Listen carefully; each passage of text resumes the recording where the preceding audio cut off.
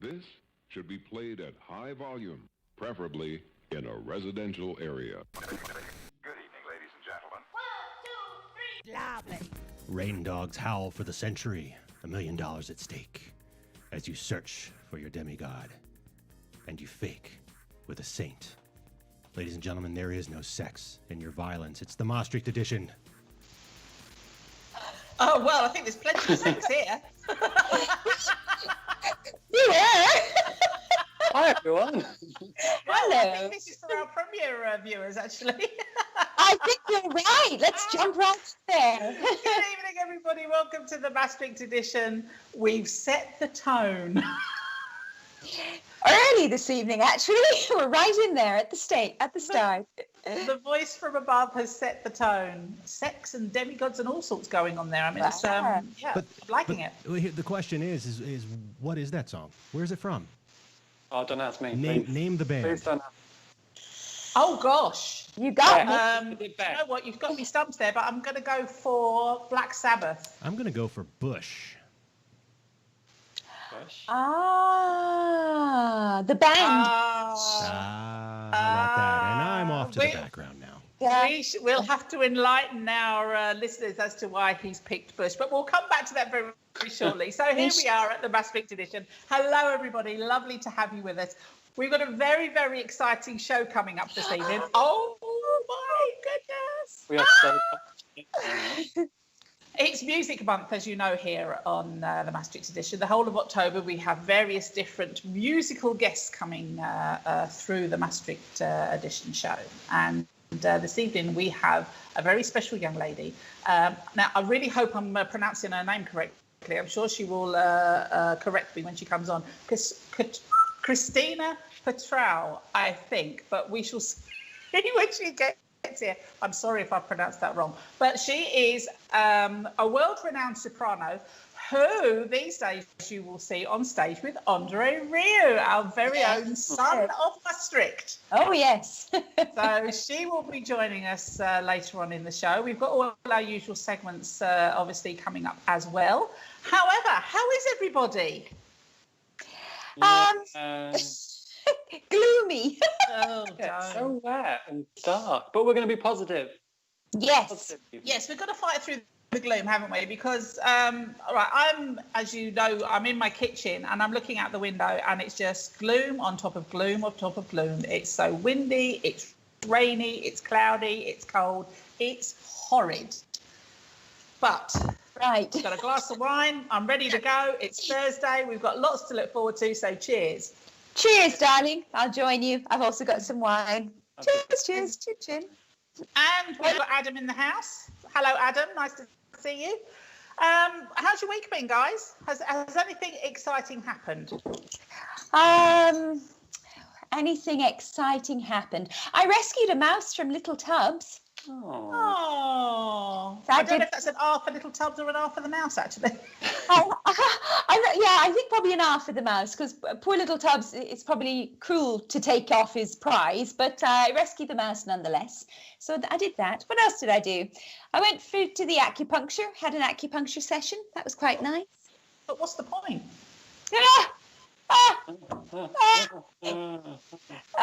That's as good as the jokes are going to get this evening. I fear you're right. Not the stand you'd expect, really, Joe, honestly. I'm sorry.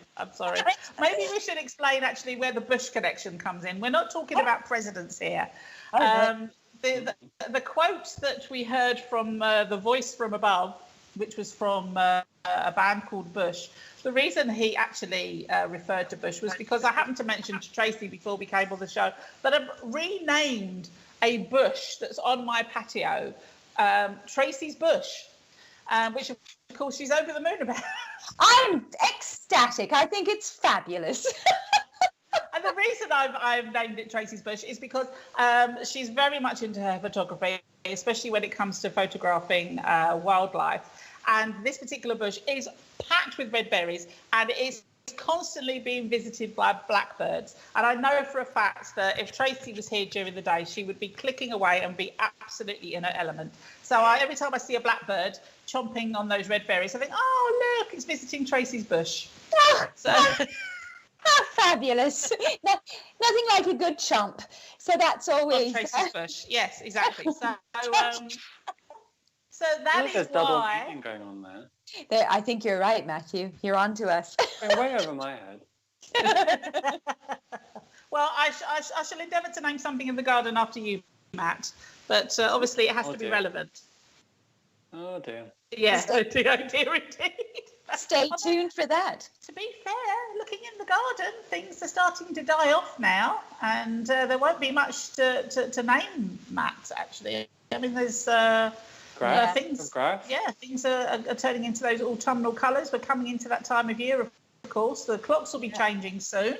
They will. Another 2 weeks, and they go back an hour. My goodness. God, we'll be broadcasting in the dark then, completely. Yes. Yeah. Well, of course, normally we would be in the city centre of Maastricht at the studios, and we used to have a lovely view, didn't we? Do you remember the view from the top of Centre Ceramique? We would be overlooking the city. Absolutely beautiful. In fact, in the summertime, we would actually see the concert lights from Andre's performances, because he used to come here, was it for 6 weeks during the summer? 6 long weeks. We love Andre. We do. We love Andre very, very much. But oh my goodness, we do get a lot of tourists come over for those 6 weeks, don't we? We do. Oh, goodness me. The place is overrun, I tell you. Yes. But from our little studio at the top of Centre Ceramique, we would see all the beautiful lights from the concert where he was performing in the Veracing. And of course, it would be all lit up, looking spectacular, and we would see that. But these days, no, we're looking. Well, I'm in the kitchen. Tracy, tell everybody where you are.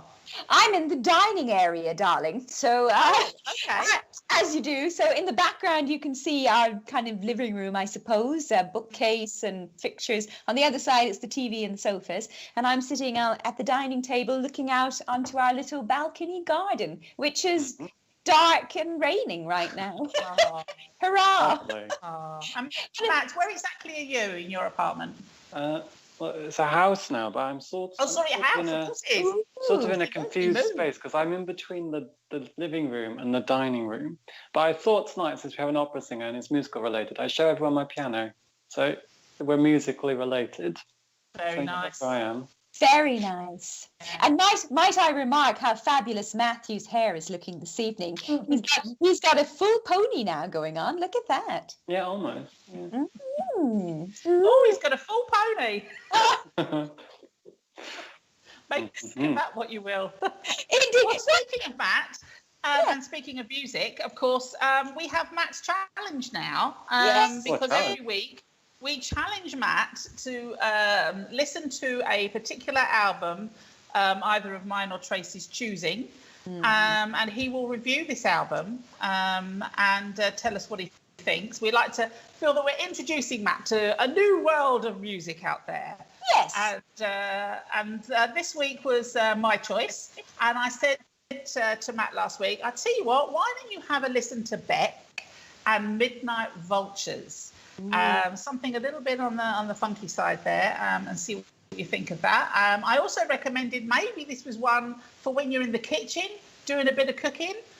So Matt, where were you when you were listening to this album? I was at my desk doing some work. Oh. Okay. I thought it lighten up my mood because I was writing a fascinating blog about parking. Yeah, it was very good. Ooh. I thought it was quite nice, easy listening. Mm-hmm. But did you find it a bit of a toe tapper? Yeah, I suppose so. But I don't know. I think I need to know it better to be like, boom, boom, whatever. Okay. But yeah, that was good. I like, what was it called? There was one called Sex something. Sex Laws. That one. Yes. That one had an interesting music video too. Yes. It had Jack Black in it. Yes. Ah. Yeah. So you've been watching the video as well. Yeah, I was watching it on YouTube. Okay. So you think you would listen to this again then? Yeah, I think so. Curious what else. There was a lot of different albums. I've never heard of this person though. Oh. He has actually been around a long time. Our viewers can't see this, but the voice from above, he's actually on our screens, and he's completely incredulous that you'd never actually heard of Ben. Never heard. But he's, I believe he's a Grammy Award-winning artist, actually. So. Is he still around? Yes, he is very much still around. Yes. So maybe dive into some more of his albums if you fancy it. Do you think you'd feel you'd like to do that? Maybe explore him a bit more. Yeah, maybe. I think it was very 90s, that album. Okay. The one I listened to. Sort of reminded me of like 90s films. Okay. I think there was also some retro influences there as well, some 60s, 70s influences as well. But, so especially with the real funky stuff, I think we're sort of 60s, 70s funk coming in as well. But okay, well, it's one of my favourites. I think it's a top album. How many Matts have you given it out of 10? Oh, I find this rating very difficult because I'm like, 1 is like, I will never listen to this ever again. And 10 is like, oh, it's amazing. And then I'm like, what's in the middle? I don't know. 5. I think 5 is in the middle. Whether you would actually listen to it again. Would I? Yes. Do you like it enough that it's sparked some interest? You think, I would listen to this again, and I'm actually interested to listen to some other music from them. I think so. I think I'd give it a 7. I give it a 7. Oh, okay. Okay. Yeah. Well, it's I think it's underscored personally, but I would say that because it's my choice. So. Oh God. But still, I mean, it's like a B or B plus, so that's not too bad. Yes. Okay, What have you got for me next week, Tracy? Yes, Tracy, it's your choice. Yes. This also prompted me to go through my CD collection and album collection and think about maybe an album I hadn't listened to for a while myself. And I'm sending you down the road of folk music. Oh. Okay. Now, yes, I have got something for you from a band. It's actually 2 sisters, and they are called Kate and Anna McGarrigle. Now, Joe, have you heard of them? Well, I do know the name McGarrigle, but I don't know about the Kate's.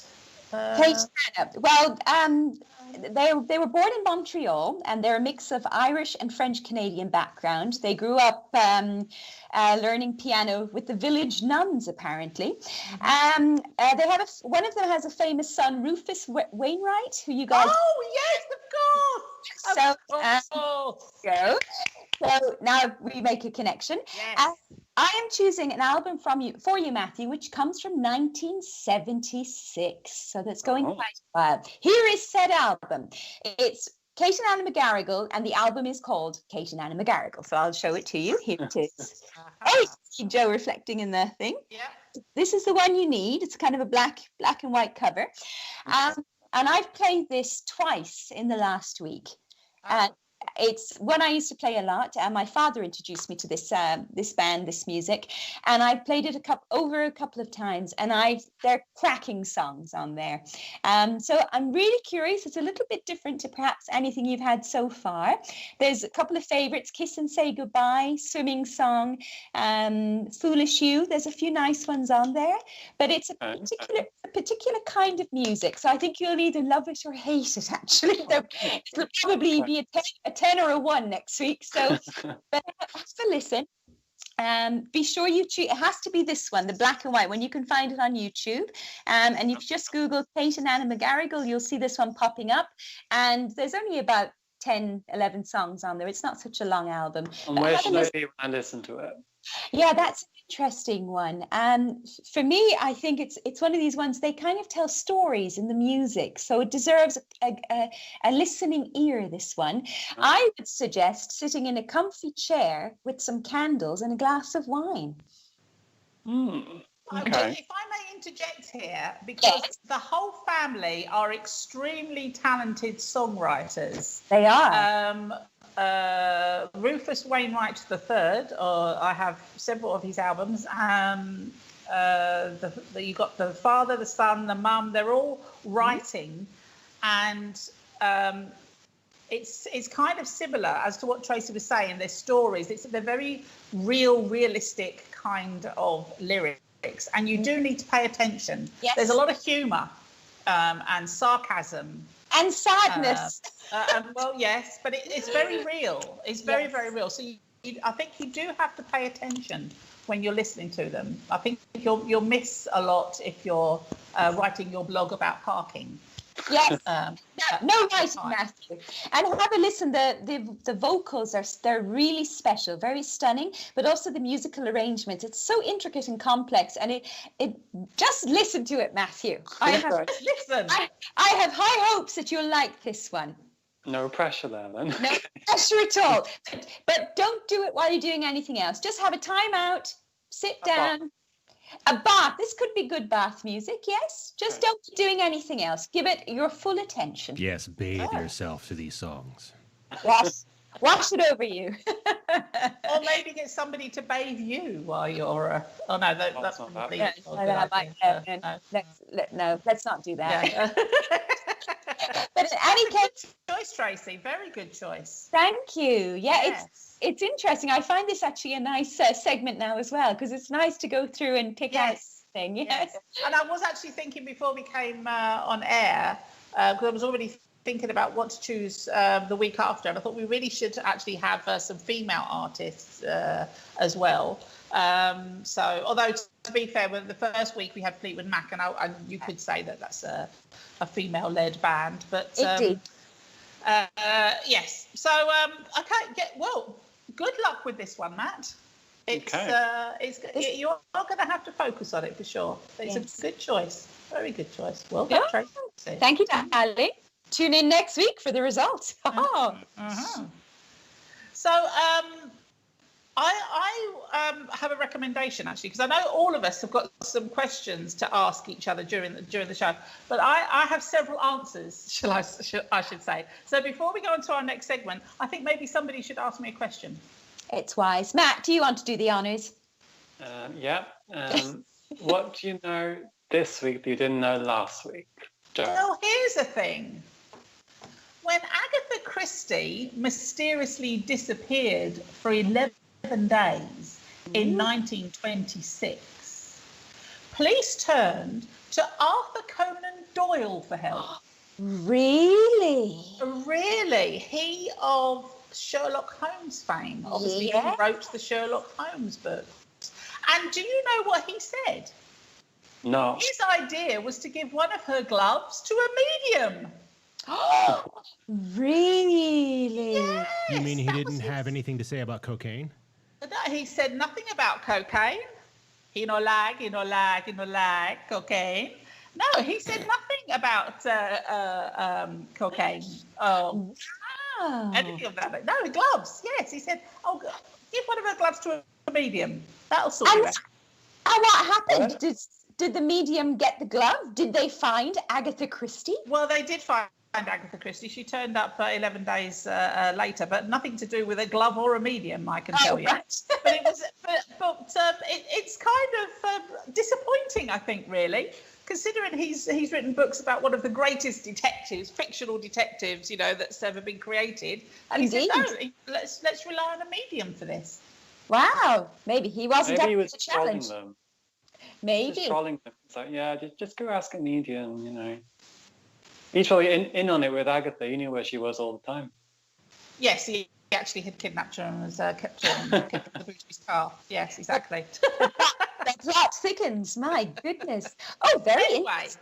It is now time to relax. Before we get to the excitement that is coming up in the second part of the show, we need to cool things down a little bit. We need to take our time to sit down in a comfy chair, put our feet up, have a cup of tea. Let the gloominess of outside just slip away, because it is time for This Is History! Yeah. Okay. That was fantastic, guys. Yeah. There's no point in saying anything anymore, really, is there? I don't bother. So today, it is Thursday, the 8th of October. And in 1818, 2 English boxers are the first to use padded gloves. Ooh. On this very day. Yeah, so up until then, they had not used padded gloves. I think it could have been a bit messy. Oh, was it just bare knuckle fighting Bare then? knuckle fighting. Aye.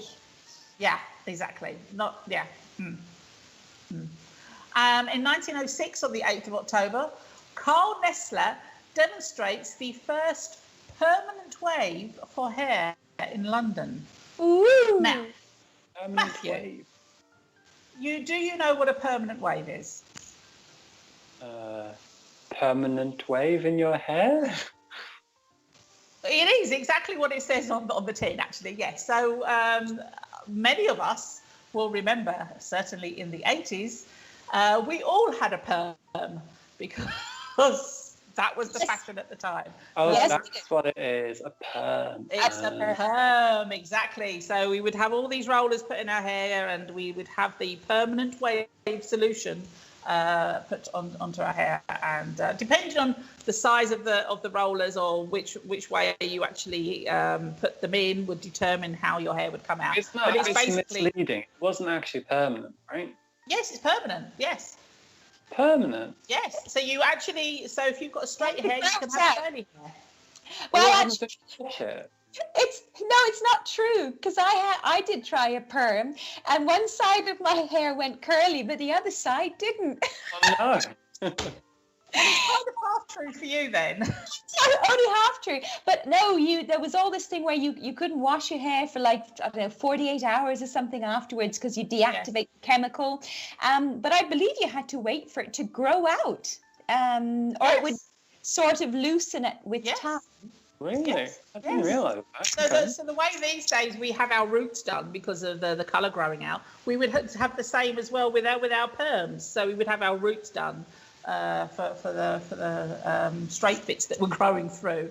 So yes, so this was a regular thing in the 80s. We were all very curly, and of course these days it's more about being straight with a bit of a kink. I think we're all a bit kinky.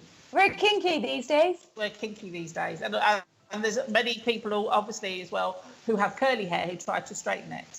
A couple of girlfriends of mine who've got very, very curly hair. They have theirs straightened. So, yeah. So there you go. So that was in 1906. So that's quite a while ago. And I do believe actually going into the 1920s.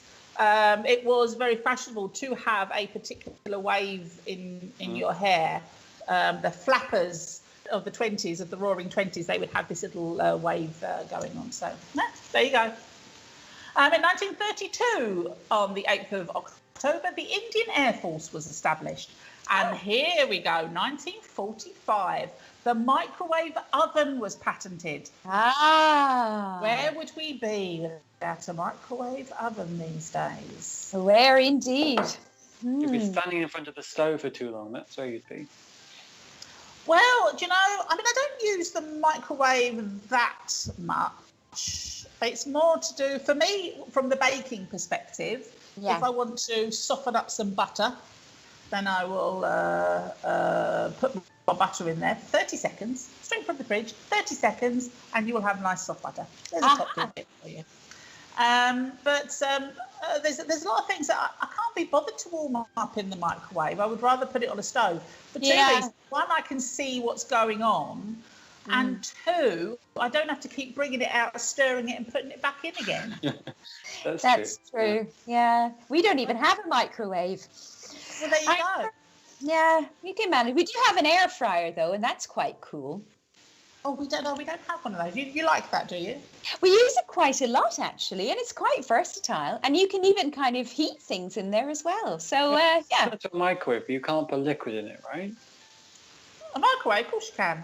No, in the air fryer. The air fryer. I think we have put something liquid, but you have to put it in another receptacle and then put it in the air fryer. So you can't just... But you can, in theory, I think, heat something up in there. I know, just pour it in. The chaos!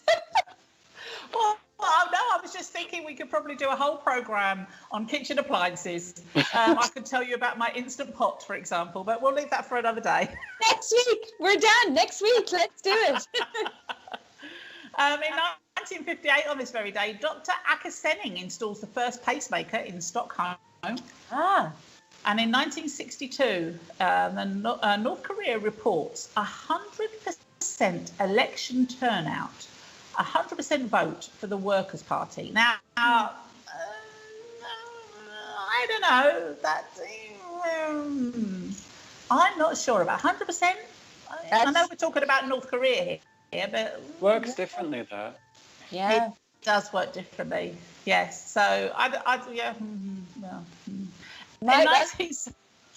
In 1978, on this very day, Ken Warby sets a world water speed record at 514 kilometres per hour. Oh my God. That's really fast. That's scary fast. In a boat. In a boat. I mean, 500, that's too scary for me. In 1998, on the 8th of October, US House of Representatives votes to begin impeachment hearings against President Bill Clinton on charges of lying about his affair with Monica Lewinsky. Oh my goodness, God, that seems like so long ago. Sexual relations with that woman. Yes, you did. Yeah, that was huge at the time. I remember that. It was just absolutely massive at the time. Yeah. And then we found out exactly what was going on underneath the podium that he was acting at. Seems quite tame. Sorry, Matt? Seems quite tame now. Do you think? Yeah, compared to what's going on at the moment. Well, there's all kinds of things that could be going on underneath the kitchen table here at the moment, and you wouldn't know about it. Well, I think you would know about it, actually. What territory have we gone into here, people? Good Lord. What's your next fact, Joe? On the 8th of October in 2004, Kenyan Wangari Maathai is the first African woman to receive the Nobel Peace Prize for her contribution to sustainable development, democracy and peace. Now, I did to highlight this purely because this is the time of year when we've got Nobel Prizes going out left, right and centre. So if you look at this day in history as a whole, there are loads of them to choose from. But I decided I would choose that one because she was the first African woman to receive the Nobel Peace Prize. So I thought that was interesting. Also that very same year, something very different happening to a woman. Martha Stewart began her prison sentence at Alderson Federal Prison Camp. Remember that? Yeah, tax evasion, wasn't it? It was. And finally, on this day in 2019, Montgomery, Alabama, the home of the US Civil Rights Movement, elects Stephen Reed as its first black mayor in 200 years. And that was this day last year. So well done, Stephen Reed. Now, birthdays. Oh, my goodness. There are a lot of birthdays going on. Lots of very, very famous people having birthdays today. And this is a very small selection. In 1939, Paul Hogan, the Australian actor from Crocodile Dundee. Yay! Mick Dundee from Australia. Yeah, the very same. Oh, it's uncanny, Tracy. He was born the very day. In 1941, Jesse Jackson, the American clergyman and Democratic presidential candidate, was born in Grenville, South Carolina. One of my favourite actors, Chevy Chase, was born in 1963. National Lampoon. Oh, just love Chevy Chase. I always thought he was a little bit sexy, actually. I agree with you on that. A lick at his chin, and there's something. Although he often played the buffoon, there was something. In 1949, Sigourney Weaver, the American actress famous for Alien and one of my favourite films, Working Girl. Working Girl. Love that film. Born in Manhattan. In 1970, Matt Damon, the American actor from Good Will Hunting, the Ocean's Trilogy, Bourne Trilogy.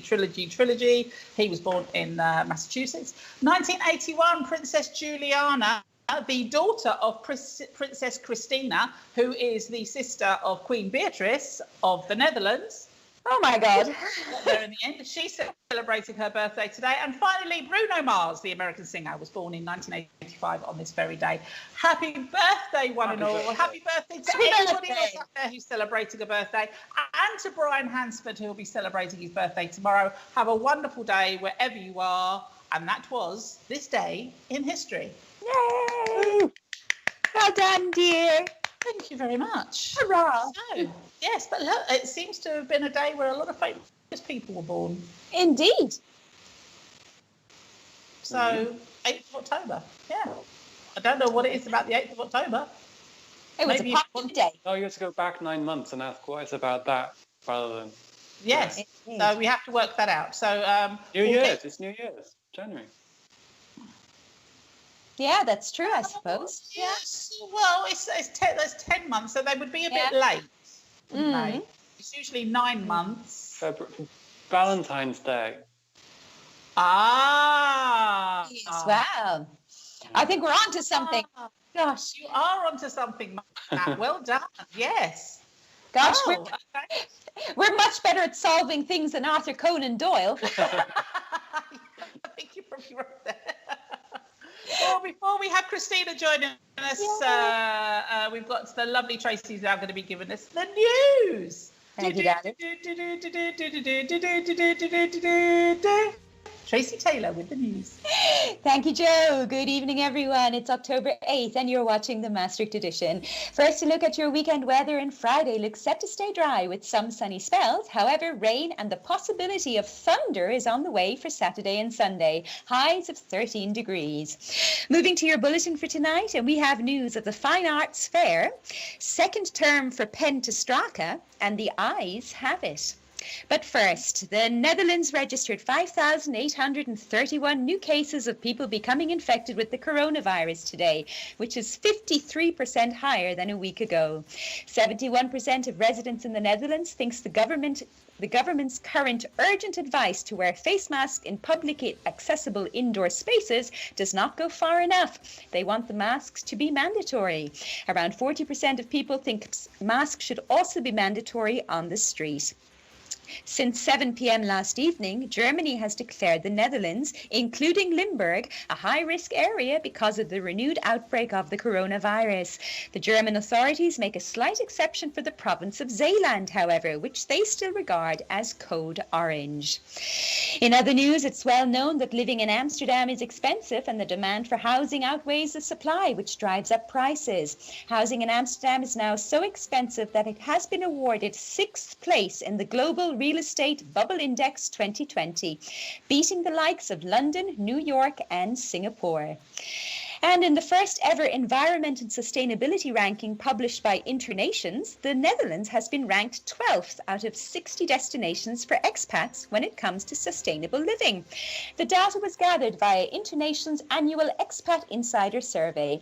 The top 3 most sustainable countries are Finland, Sweden, and Norway. Moving to local news, and the TAFAF will not be held at the MEC in Maastricht in March next year, but will instead take place at the end of May. The event will only run for 7 days this time. A large number of dealers have already registered for the postponed fair. And there will be no Elf of the Elf in Limburg this year, and major carnival events in 2021 are also likely to be cancelled. More to come on this. And Maastricht Mayor Annemarie Pen to Straka has indicated to the Governor of Limburg that she would like to be considered for reappointment. The first term of Maastricht's first female mayor is coming to a close on July 1st, 2021. The mayor has expressed what a privilege it is to be a mayor of the city and that she finds the contact with people, companies, institutions and associations in Maastricht very inspiring. And finally tonight, scientists have discovered that narrowing your eyes is the best way to build a rapport with cats. Research has found that this technique mimics what is known as a cat smile, which is a slow blink, and it appears to make the human more attractive to the cat. This is something that many cat owners already know, but it is exciting to have now found evidence. And that's it for tonight. For more local news, you can follow RTV News in English on Facebook and Instagram. If you are a local business, be sure to check out the Support Your Local Business South Limerick Facebook page, a joint initiative between #Maastricht and the Maastricht edition. And if you want to discover events, concerts and cultural activities going on in Maastricht and the surrounding areas, head on over to the website of our partner, maastrichter.com, to check out their awesome calendar of events. You can also follow them on social media. And don't forget that you can always find us on the Maastricht Edition Facebook page, on our YouTube channel, on Reddit and on Instagram. For all the details, check out the maastrichtedition.nl. Nicely done, Al Tracy. Thank you, darling. Very, very nice indeed. Now, of course, we've got the lovely Christina joining us shortly. But I just wanted to talk about something before we invite Christina onto the show. Sure. Communicating with your pussy and squinting your eyes. Yes, it's what's that all about? Well, it's true because I've read this before in many books. You're not really supposed to look directly at your cat because it's kind of considered an intimidating thing.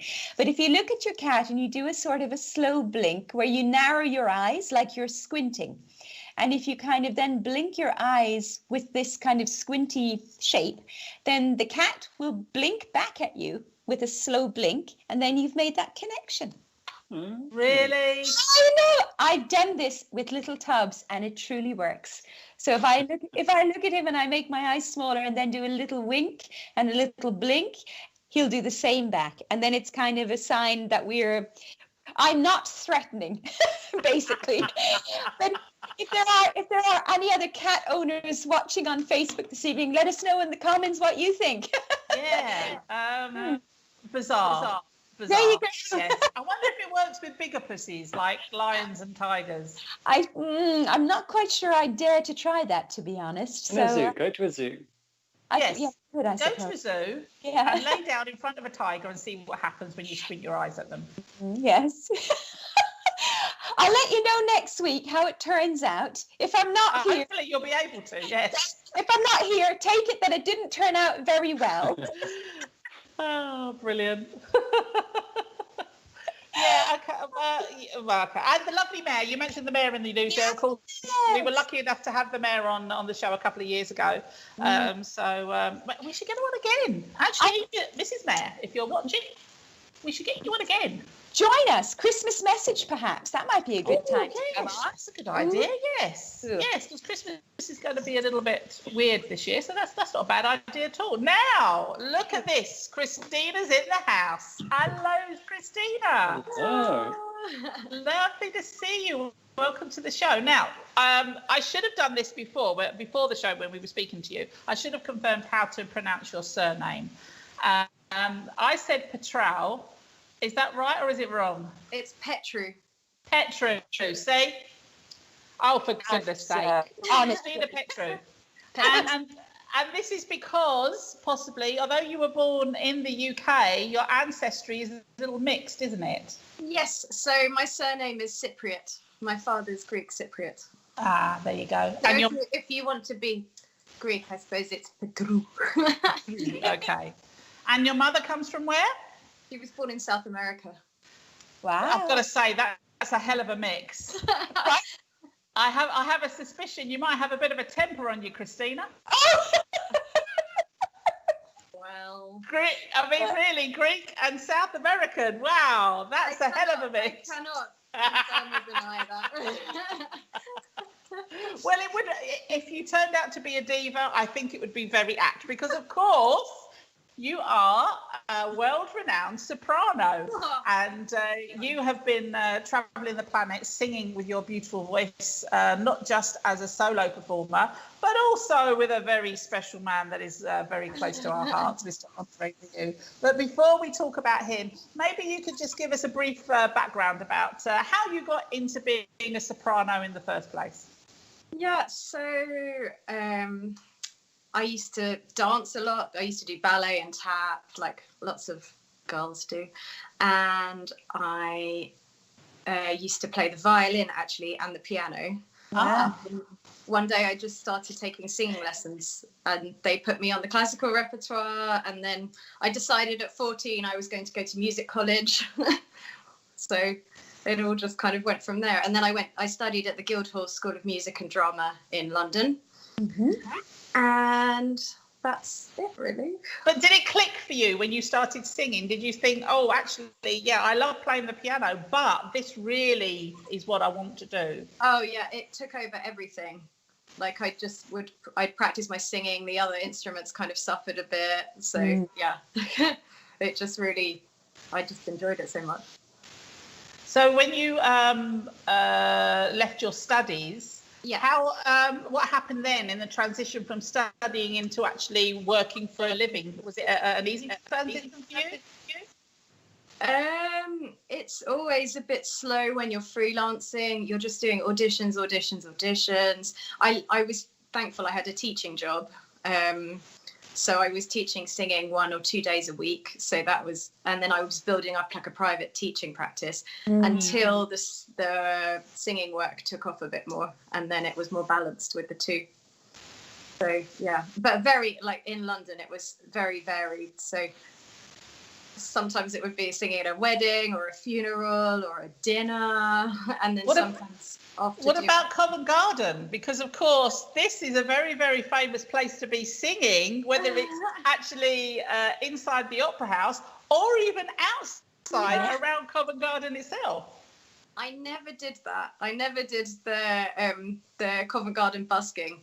But, yeah, I mean, it's such a nice thing. It's such a nice thing to see when you're walking around London. Yeah, it's something really I've always recommended. If anybody's ever asked me where to go in London, I say, go to Covent Garden, go for lunch, get yourself a little table somewhere, and you will see some fantastic performances. Yeah. Not just, obviously, classical music. They've got all kinds of various different performers and entertainers there. But, so some of the students that used to turn up there performing are just astonishing. Yeah. Mm-hmm. Really cool.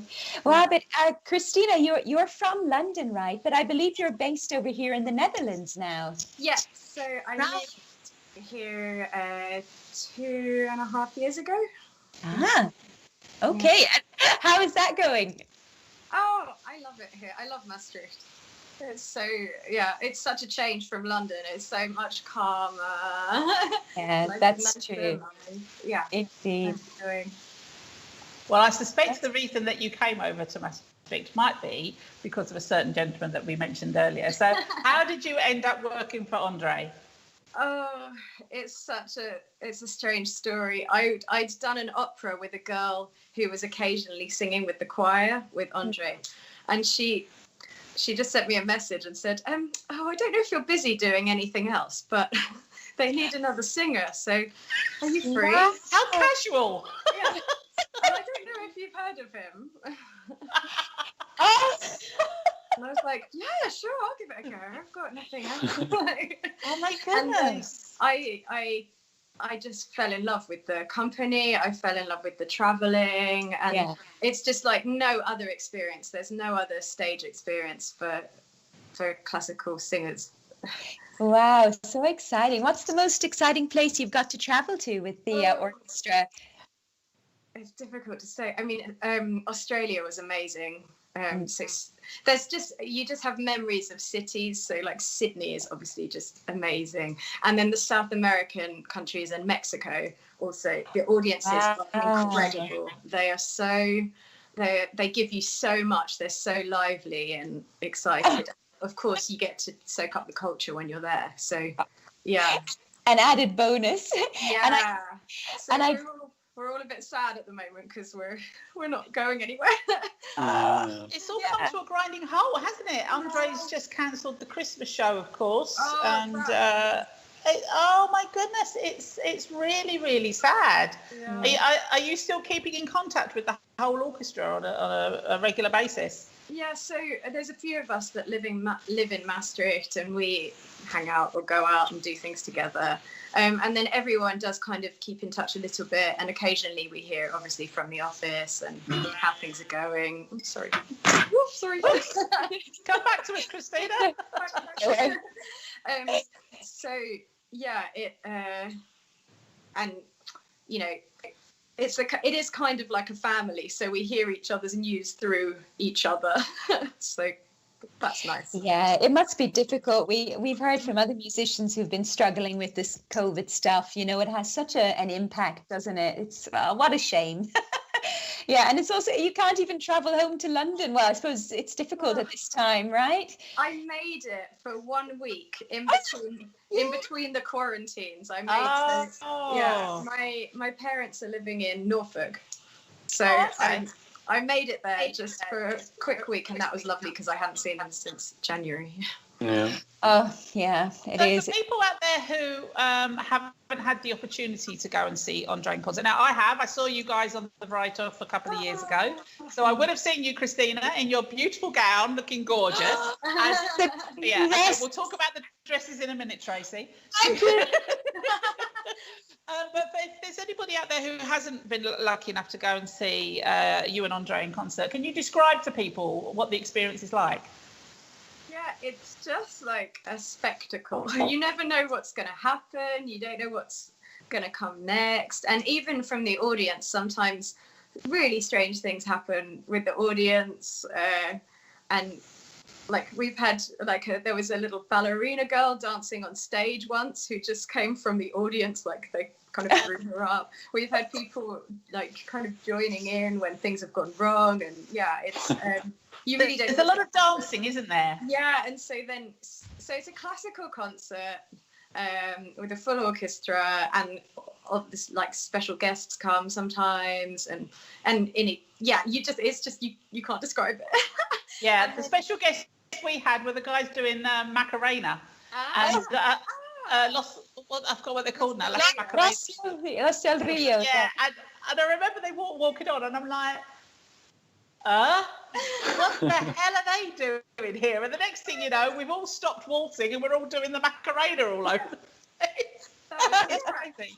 But we must talk about the dresses, Christina, because I mean, it's just a whole stage full of colour, silk, taffeta. It's just magnificent. I mean, it must be so special for you to be dressing up like that every night. Who doesn't like to dress up like a princess? Indeed. Yeah, I mean, this is Tracy's ideal job, I tell you. Oh, fabulous. Yeah, so we all have, there's actually 4 copies of each of our dresses. Right. They're all around the world in the different locations. And we all have our own set dress, you get quite attached to it. And then it takes quite a long time to do the hair and the makeup. Yeah. I'm afraid we don't wake up like that. Oh, if only we did, darling. If only we did. The world would be a very different place. Yeah. So, of course, this job at the moment, it's on hold as of now. Hopefully next year things will be resuming. But you've started a new project with a couple of other colleagues from the orchestra. Tell us about that. Oh, I think Christina's frozen. I think you're right. Oh, my goodness. What a shame. Are we going to get her back? We are. I saw some movement there. Oh. I hope. Oh, there she is. She's back. Okay, cool. Sorry. I'll do it quickly. So with 2 of my colleagues, 2 other a soprano and a mezzo soprano, it came about because we were asked to sing in the courtyards of care homes, and the residents in the care homes, they'd listen with their windows open. So it was during the lockdown period, and it's progressed a bit, and we've started doing a really wide variety of things. So we've done a few Zoom concerts. We've done just singing on people's driveways when they've had kind of parties. We did a terrace gig in the centre of Maastricht. Yeah, it's been so nice just to do some music together.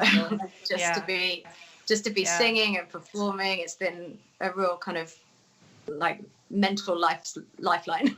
Yes, absolutely. Can imagine. Well, you were kind enough to send us a video of you and the girls performing. We're going to play that at the end of the show. Can you just let our listeners know exactly what we're going to be listening to at the end of the show? Okay, so it's a selection. It's just a little selection of things that we've been doing, just to give you an idea of what we've been up to during this period.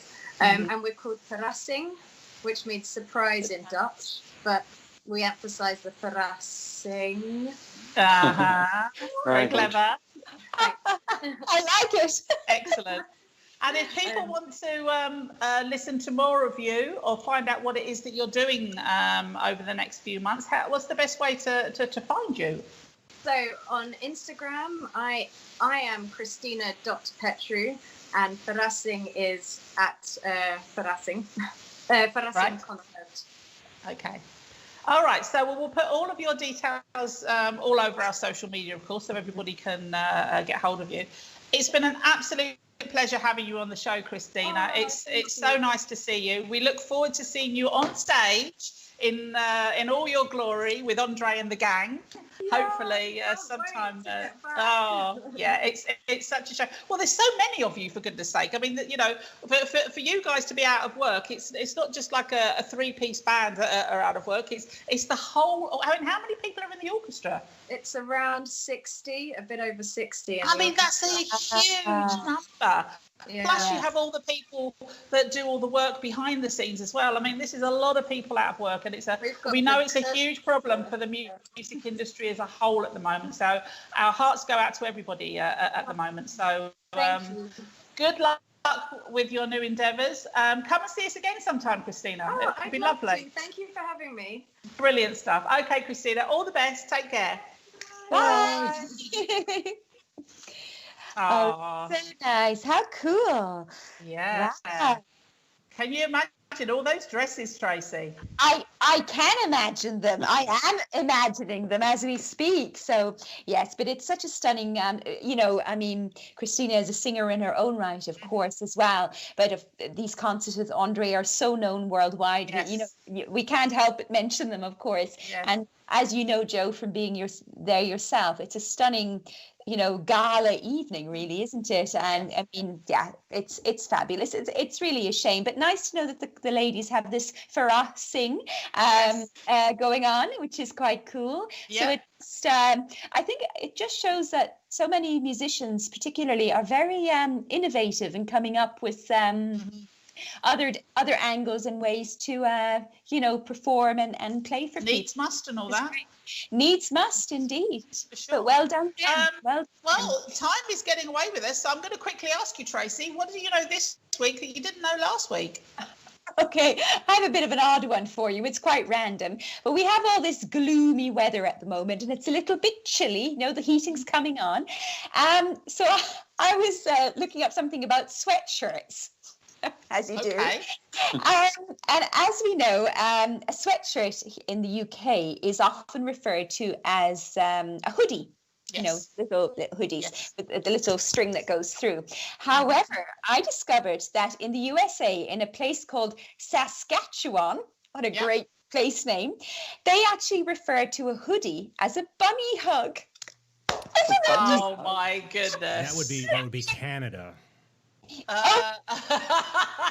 The people in the U.S. are not that clever. Oh, but I thought it was darling. Bunny hugs. And also, there's more. There's more. Apparently, in the early 20th century, a bunny hug was also a popular ballroom dance. So in theory, you could be wearing a bunny hug while doing the bunny hug. Well, I thought there was a bunny hop, not a bunny hug. So maybe you're hugging and hopping at the same time. I don't know, but it's lovely. Imagine the chaos. It sounds a bit sweaty if you ask me. Yeah. And if you'll indulge me, I do have a bunny-related joke for you. Of course. And it's very appropriate given we can't travel at the moment. If we could travel, what airlines would rabbits use? Oh no, what? British Airways. British Airways. Yeah. Heard it, Tracy. Heard it. I was expecting more of a reaction. Were you really? I was. Anyway, that was my little fact for this week. Oh, Tracy. Do you know what? If I could reach through the screen and give you a bunny hug right now, I would. Because you're just adorable. You are adorable. Thank you, darling. Oh, right. Let's move on. Matt, it's time for you to go Dutch if you can. Okay. So this week, on Monday, on my post, I told you about the Mosasaurus. Yes, how interesting was that? And because I came across this, I knew this already, but it came up again at some point this week. I was like, oh yeah, people probably don't know about that. So in the 18th century in Maastricht, there was a quarry in the St. Petersburg before the cement factory was there. They used to quarry lots of limestone out of the St. Petersburg. And while they were doing that, they discovered this huge skeleton. And it turned out to be the Mosasaurus. At the time was one of the first fossils that was properly discovered, like one of the big animal fossils. And obviously they had no idea what it was. They were like, oh, what's this monster we discovered? So they dug it up and it was examined in Maastricht. And it was named the Mosasaurus because Maastricht, Mosasaurus, the Roman name for Maastricht. So it was named after the city. And this creature is a large sea creature. It's like a giant man-eating whale, not man-eating, like this enormous thing with massive teeth. And yeah, you get the picture. Yeah, massive teeth. Yeah, like this. And it was around at the same time as the Tyrannosaurus Rex, which is the Cretaceous period, which was about 66 million years ago. And this period is also known as the Maastrichtine. So the period when this animal was alive was named after the city because a lot of fossils were discovered in the St. Petersburg and in that area because it's a huge limestone depository. Because the whole area used to be a subtropical ocean. So Maastricht used to be underwater and full of all these different creatures. And so in the 18th century, this skeleton was put on show in Maastricht in the Natural History Museum. And then the French came in 1795 and said, oh, that's cool. That's a nice skeleton. We'll have that. And they took it back to Paris with them. And it's still there today. So Really? They gave it back, yeah. Wow. But if you go to the museum today, the Natural History Museum, you will see other specimens of the Mosasaurus that they've excavated later. And I think there's also a cast of the original one. But they don't have the actual one there anymore. How interesting is that? There you go. Wow. Matthew, what museum is it in France now? I think it's like the Natural History Museum in Paris, I think. In Paris. Okay. Wow. Yeah. Wow. Okay.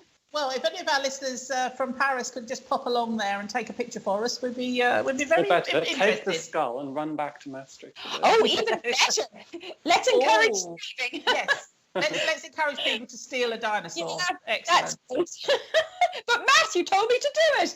Oh my God, the drama. There was a news article about returning stolen artifacts from the Dutch museum today. So maybe, vice versa. Brilliant. Oh, well, nice one, Matt. Interesting stuff. Very nice. Like it a lot. Well, we're coming towards the end of our show. Don't forget, at the end of the show, we're going to be playing Christina, part of the Veracing trio. They're going to be playing us out. But before we get that far, Tracy, have you got any titty-bitties for us? I do have some titty-bitties for you. And of course, I'm very happy to bring you a segment of weekly event highlights courtesy of #Maastricht, the folks in the know for lifestyle tips and fun in the city. 3 things for you. On Saturday, October 10th, there is the Maastricht Festival, Once Upon a Town. Nice. Oh. So you can listen to stories and learn about the city of Maastricht and much more. We'll post the details online so you can see what's happening. On Sunday, 11th of October, there's a garage sale in the Maastricht district of Hazendans. So I guess it's like a car boot sale, that kind of a thing. And again, the folks at Space Materia, they're having different workshops on all of the time. Many of them are sold out quite quickly, but there is one coming up on the 11th of October, which is Sunday, how to spin your own yarn. And we're talking about the wool, not the story. Okay. Okay. People's heads. Yeah. So there we go. So that's it. Sorry.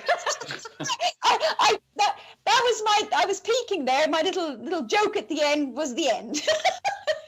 Oh dear. sorry. I think you peaked with British Airways actually, but I think you're right. Oh dearie. Oh dear. Okay, well, that's it, I'm afraid. We've come to the end of the show.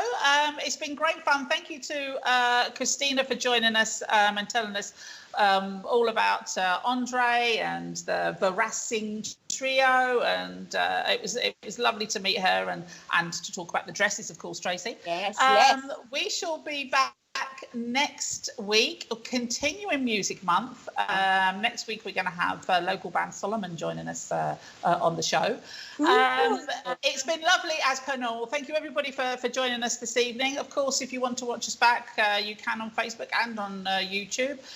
Send us any messages, any requests that you have for shout outs for next week. And in the meantime, we shall see you next Thursday, and we will play you out with Christina and the Veracing trio. Thanks, everybody. Bye.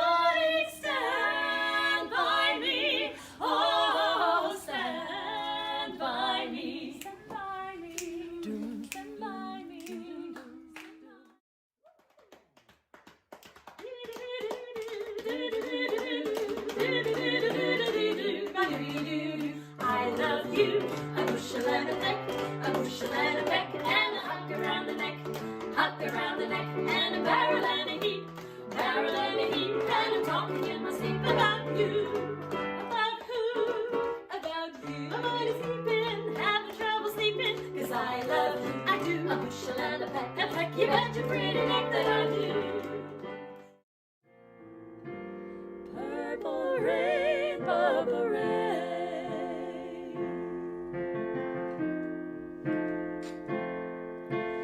I only wanted to see you underneath the purple rain.